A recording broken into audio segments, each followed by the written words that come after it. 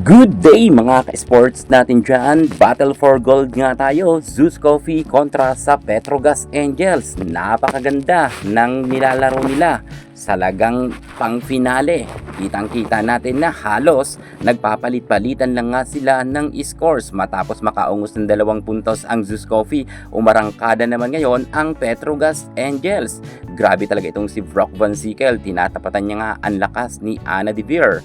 At ito naman si Lindsey Van der Weyde mukhang nakapag-adjust na matapos ngang magkaroon siya ng medyo minor injury. 2 beses nga siya nagkaroon ng blocks at eto na nga talagang nakikipagpukpukan na ang ating import versus import ay talagang nagpapalitan nga ng scores, plus dagdagan mo pa dyan na meron nga silang MJ Phillips at Brock Van Sickle. Talagang grabe ang Petrogas Angels, ang lakas rin nila.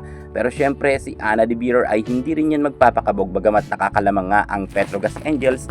Nakahabol naman ito ng kupunan nga nila Minor. Easy Minor, talagang maganda rin ang kanyang galawan sa loob ng court. Pero bago magtapos nga ang first technical timeout, lamang ng 1 puntos ang Petrogas. Subalit ang Zeus Coffee nakabawi naman agaran pagkatapos naman ng second technical timeout ay nakalamang nga ang kupunan nila Ana De Veer. Sobrang lakas talaga ni De Veer at mukha talagang napahihirapan nila ang Petrogas Angels. Kinakailangan talaga magdoble effort nga ng middle blocker ng Angels kung gusto nilang mapigilan si De Veer, kasi kapag hindi nila yan napigilan, automatic talo na talaga dyan ang Angels.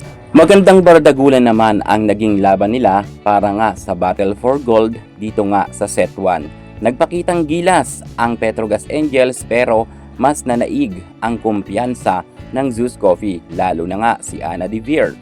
Mukhang hirap na hirap nga ang Petrogas Angels na makalusot ng bola dahil nga minsan ay sana pwedeng-pwede naman silang manalo pero nagkaka-error pa nga sila. Sayang lang kasi minsan kasi kailangan less error din para gustong manalo ng Petrogas Angels, lalo't hindi pa ganoon ka-okay itong kanilang import na si Van der Weyde. Ganun pa man, nangyari talaga ang hindi natin inaasahan na natalo nga sa set 1 ang kupunan nga nila Brock Van Sickle. Dikit na sana yung score pero sa duluhan na laban, nagkaroon nga sila ng error.